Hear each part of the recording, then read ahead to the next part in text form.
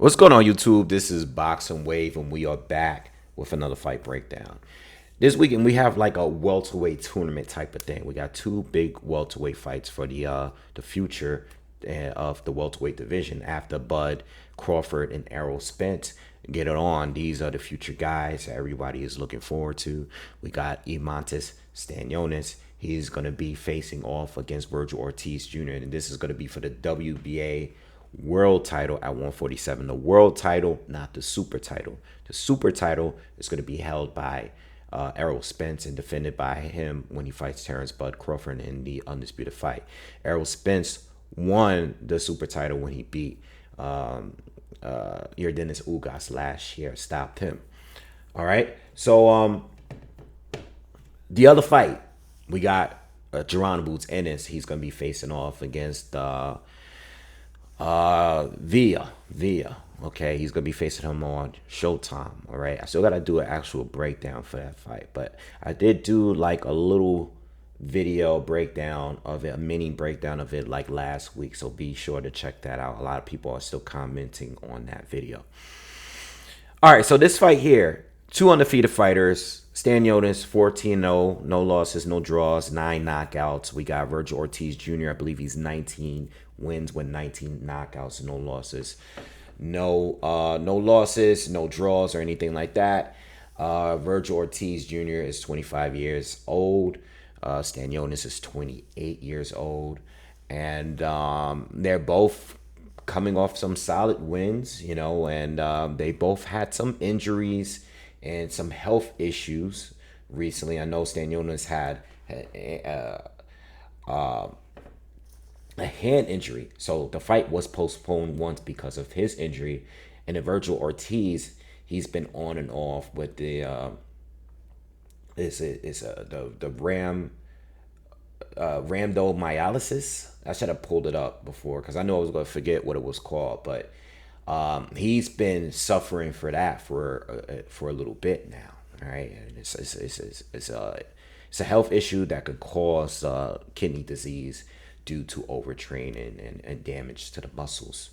All right, so he had the fight was postponed twice already, and it is actually Ortiz postponed I think one of the Michael McKinson fights last year because of the same thing. So this has been an ongoing issue with Vergil Ortiz Jr. Okay, but now we're here. And I hope these guys are healthy because they're gonna need to be 100% on point for this fight. All right, I think they both haven't fought in a little bit over a year. All right, but it should be a really good fight. So Stanionis, Lithuanian fighter, coming off the win against Butayev. I forgot what undercard that was on, but he's the shorter of the two. He's 5'8", and I think he has a 68-inch reach. And I think Ortiz is a couple inches taller. I think he's about 5'10". I think he's listed at 5'10", 70-inch reach. So Stanionis is, you know, the shorter guy, you know, not the lengthiest guy, but he's a guy that likes to close distance.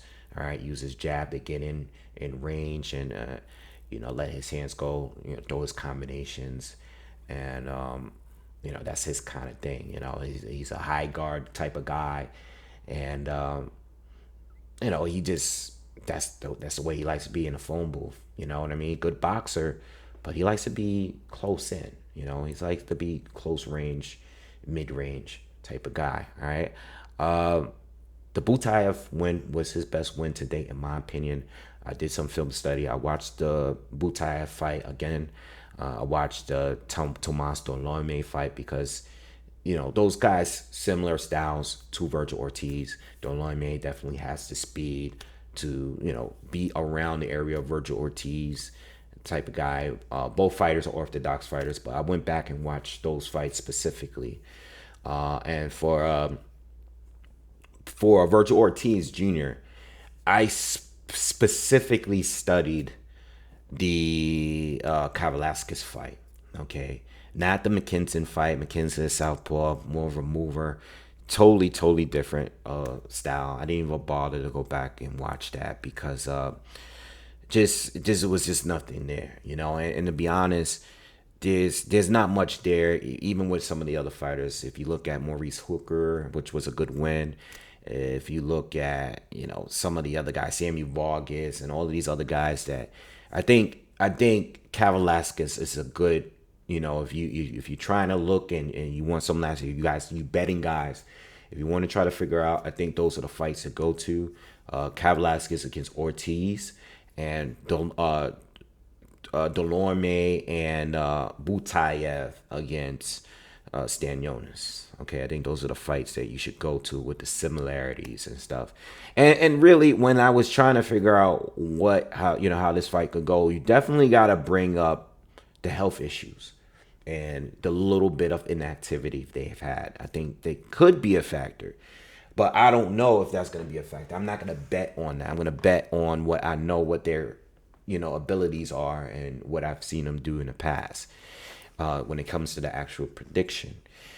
All right, but Stanionis, like I said, very high guard type of guy. So his opponents are usually roughly trying to, they go to the body a lot. You know, they're going to go to the open areas. They're going to throw punches around the guard. They're going to throw punches through the guard a little bit. But those are guys like Butayev, for example.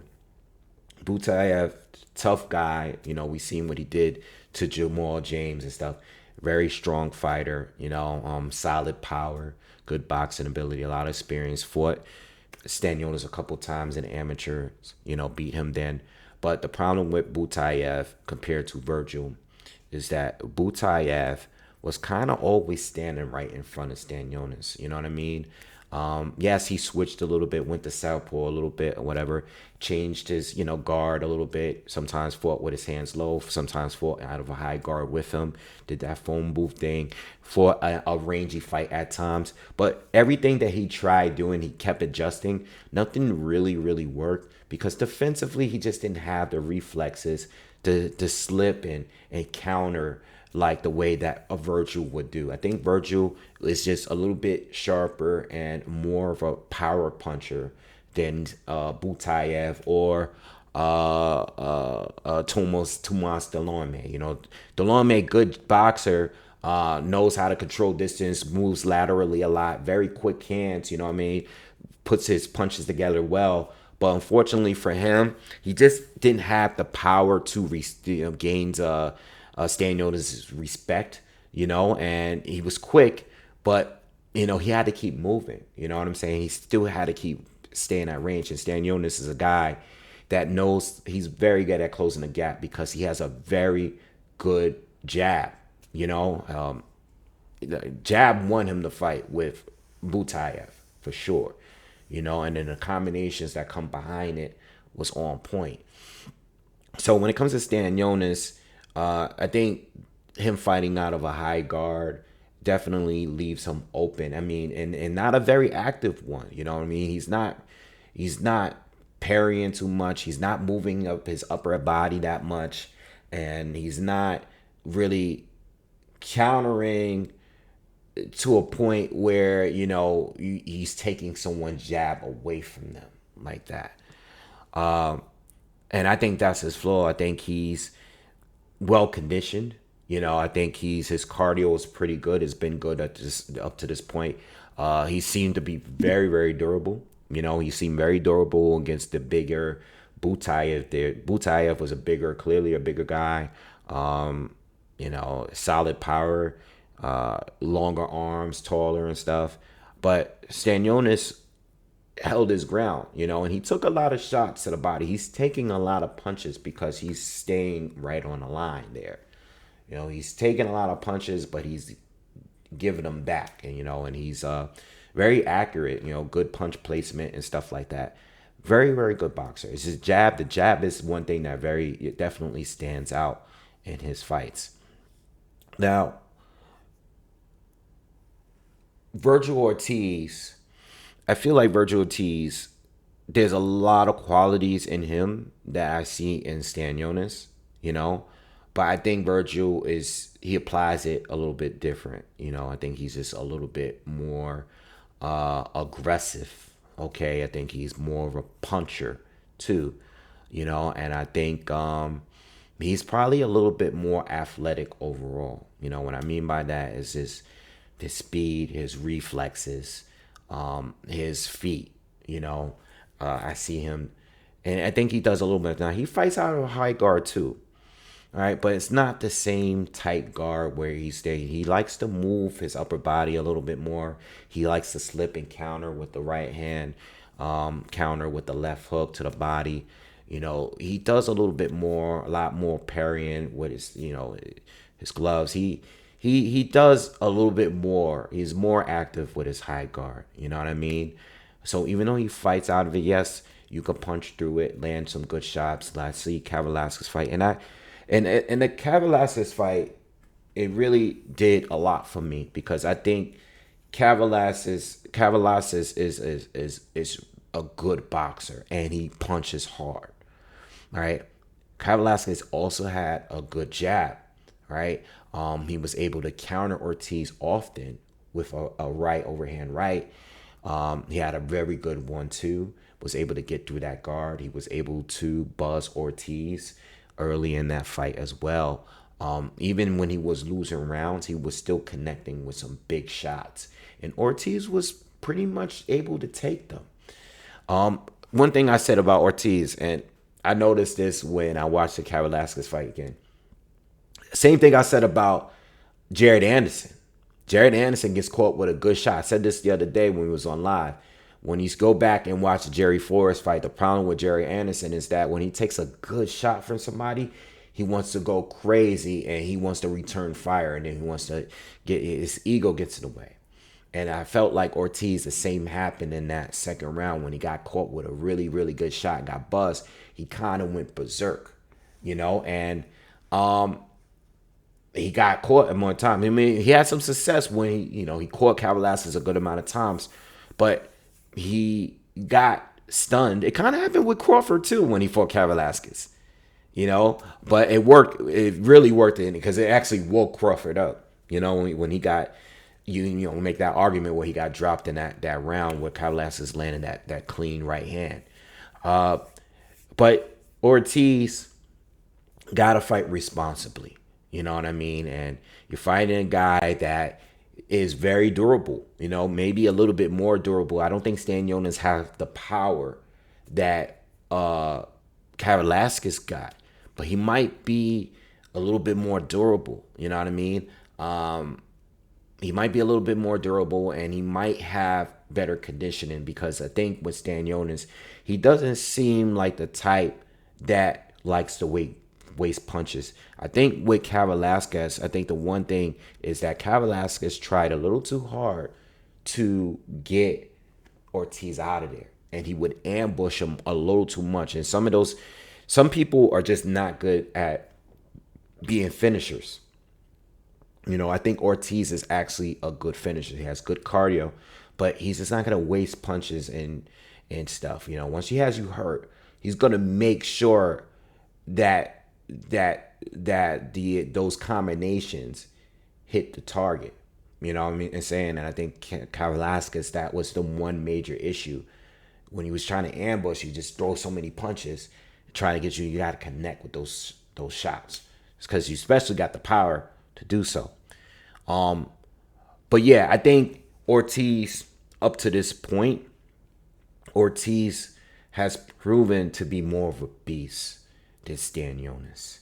I think he just, once he connects, the way he put his punches together, it's just a little bit more violent, it's just too much, and I think when I watch Stanionis, he's done well against guys like Boutayev. Boutayev was aggressive, but I think Ortiz is on a different level. Whatever 2 or 3 punches that Boutayev would throw and land in his combinations, Ortiz is doubling that. You know what I mean? And he's going to keep coming forward very, very aggressively. You're going to have to do something to slow this kid down. You definitely got to go work to the body, especially if he has health issues that he's had. You want to go to his body. I mean, both of them go to the body well. Both of them do. Both of them do. But you really want to slow this down. You want to continuously go to his body. But there's a danger in that because you got to worry about Vergil Ortiz going to yours as well because that's what he specializes in as well. But I just think when it comes in, even if it turns into kind of phone booth, both of these guys, Ortiz has a great jab too. His power jab, he likes to step in it and he likes to throw, his combinations behind it. But Ortiz is doing a little bit more, you know what I'm saying? Especially when he's fighting a guy that is trying to fight out of a high guard. You know what I mean? He's doing the peeling. He's bringing your gloves down. He's pivoting and stepping around you, turning you. This is what I said something about his legs earlier. He has the better legs because he's going to be doing more and creating more angles. I think he has more angles than Stanionis. I think he can do as good as Stanionis is, and I rate him very high in the welterweight division right now.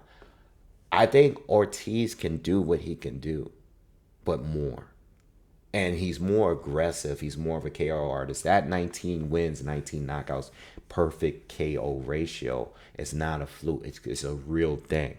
Stanionis is strong, all right? But he's not the killer that Ortiz is overall. And I think I think Ortiz is going to win this fight, but I don't know how, because Stanionis has proven to be tough. And Stanionis he's going to be fighting back. You know what I mean? He's going to be fighting back, and he might not have, like I say, doesn't have the power as Kavalasquez, but I think he's a little bit more tougher. I think he is also like a little bit more durable. I mean, like I said, he's tougher, but I think he's going to be a little bit more disciplined and sticking to the plan. So he might be harder to deal with. You know what I mean? Plus, he can sit in the pocket a little better. You know what I mean? Interesting fight. I think whoever obviously, lands more, outworks the other. I'm interested in seeing. Both of these are really front foot heavy type of guys. I'm interested in seeing who's gonna be backing up, like the majority of the fight. All right, that's what I want to see, because Stanionis is likes to come forward and he likes to hold his position. And so does Ortiz. So I'm interested in seeing who is gonna be the one backing up. And I'm also interested in seeing who does the better body work between the two, being that both of them kind of fights out of a high guard. You know what I mean? Who's going to get the better body work in? So with all that being said, I think Ortiz is going to win. Like I said, I think overall, I think he has more of an arsenal, more angles, more power, and I think he's a better fighter fighting out of that high guard. I think he's just a little bit more active with it. The slipping and the right hands. Stanionis had a phenomenal jab against Butayev. But Butayev was a slipping and countering with the right. Not like the way Ortiz is going to do it. You know what I mean? Ortiz is going to hit you a few more angles. He's going to catch a lot of those jabs, but he's going to be slipping and countering with some. And I think that's part of the reason why Stanionis is not going to have as much success as he had in the Delorme fight or the Butayev fight. I think Vergil Ortiz passing that test against Kavalasquez the way he did and stopping him a little earlier than Terrence Crawford did, that made me feel like he's the better fighter to me, because I see more from him. All right, so I have Vergil Ortiz winning this one. I think if he does stop Stanionis, it would be later than the Kavalasquez stoppage. But I could see this probably being the first time Ortiz goes the distance. All right. If he gets a stoppage here again, that will be really, really impressive potentially fighting Boots Ennis in the future. I think Vergil Ortiz getting another stoppage here would mean that you know, resume wise, he might really be the next best guy under Spence and Crawford. All right. Resume wise. Boots is a whole different conversation because I know Boots is fighting solid opponents. I do feel like Vergil's fighting better opponents, but I do still think that Boots might be the better talent overall because he's so versatile and so big and powerful. But that's a different topic. All right. I'll do that breakdown with Via and Boots Ennis soon. All right, so that's my breakdown. Please, if you haven't already, subscribe to the channel, smash the thumbs up, hit the thumbs up for me, smash the like button, share the video if you could, and I'll see you guys on the next one. Y'all have a good one. Peace.